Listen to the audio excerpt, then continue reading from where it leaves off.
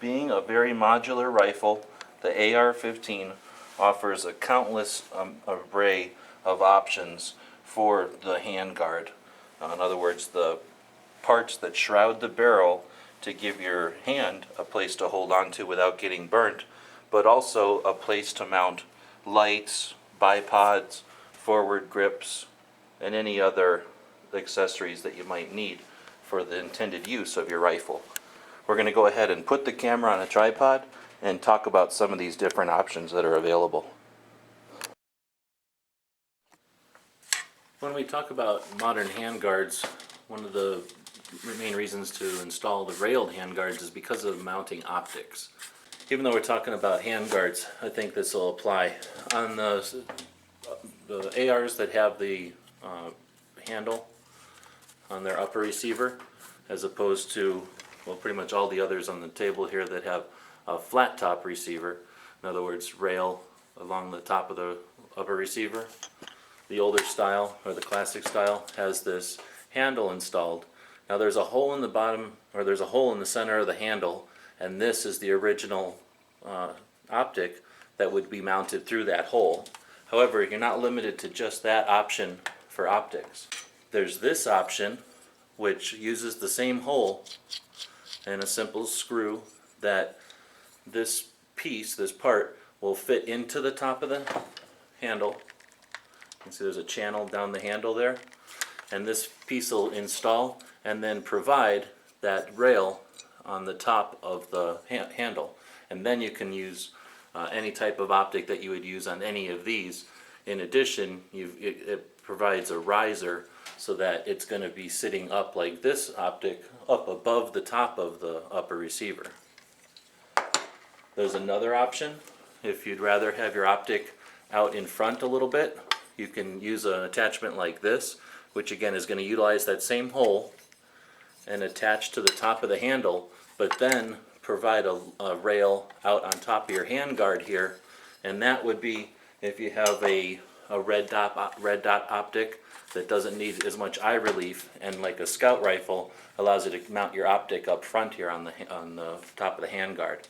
So even though those parts aren't strictly handguards, they can give you the same features as a handguard on your standard AR with the handle on the upper. Next, let's talk about special tools that might be necessary. Well, we mentioned a few times about the delta ring on these early style can be a little bit of a pain to pull back, as opposed to the more modern delta ring like this M16. If that's an issue for you, there is a tool that's made that's fairly easy to use that's going to help pull that ring back for you.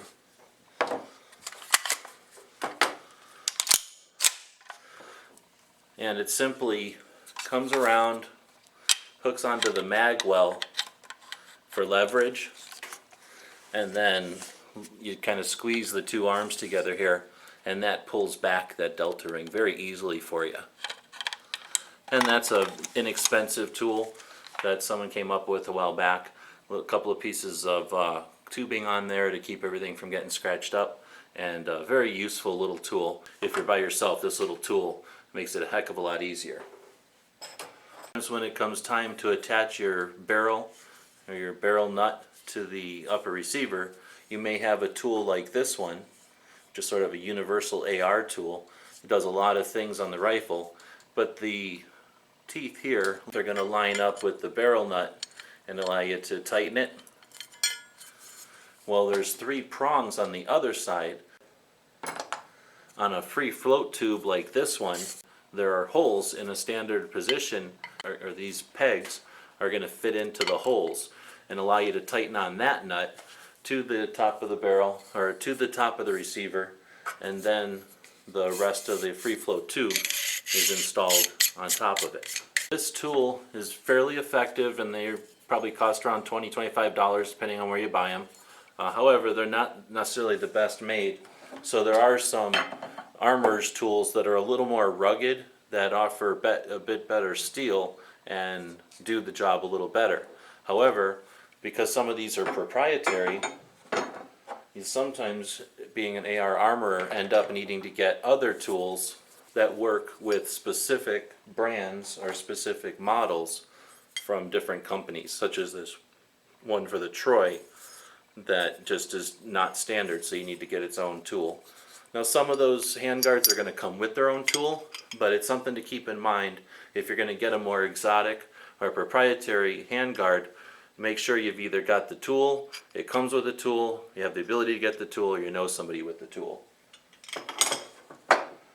Aside from that though, they're just screwdrivers and standard shop tools to deal with the handguards.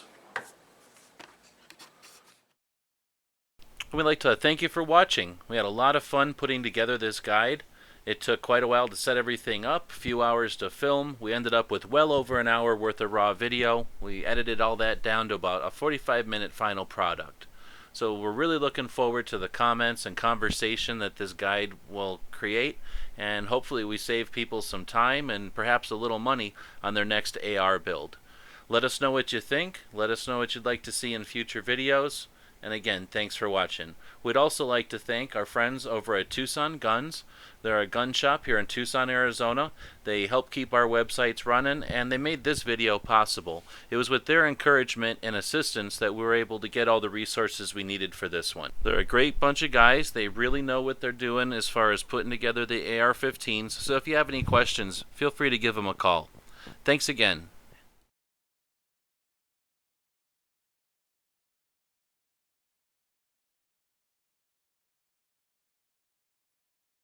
The guys and gals of GunWebsites.com encourage you to take a CCW class every year, practice at least once a month, and carry every day. Thanks for watching GunWebsites.com.